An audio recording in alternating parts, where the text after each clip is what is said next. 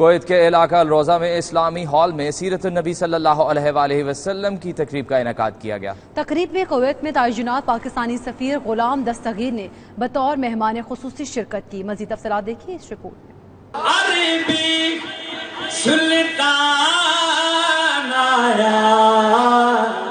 اور سارے مل کے کہنے کہ اچھے آتے نیوے آدھے سونا فرق میں آیا۔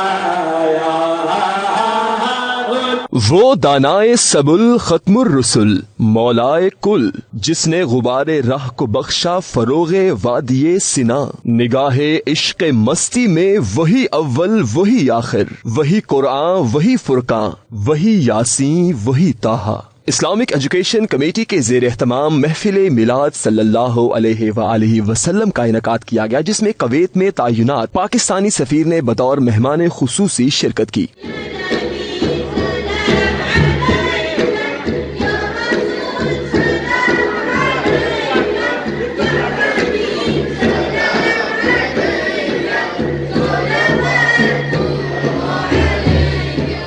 جاوید اقبال نے اسٹیٹ سیکرٹری کے فرائض سر انجام دیے، جبکہ جواد احمد خان نے گلہائے عقیدت پیش کیے۔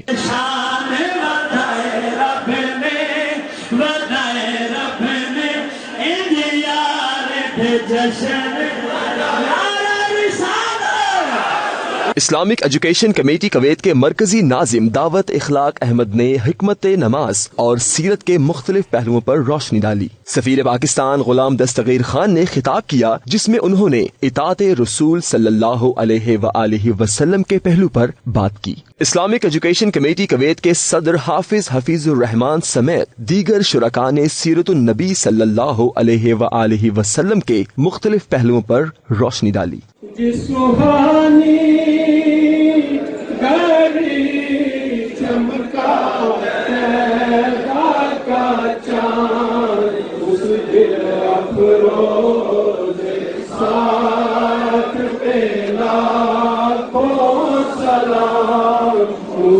مصطفیٰ جان رحمان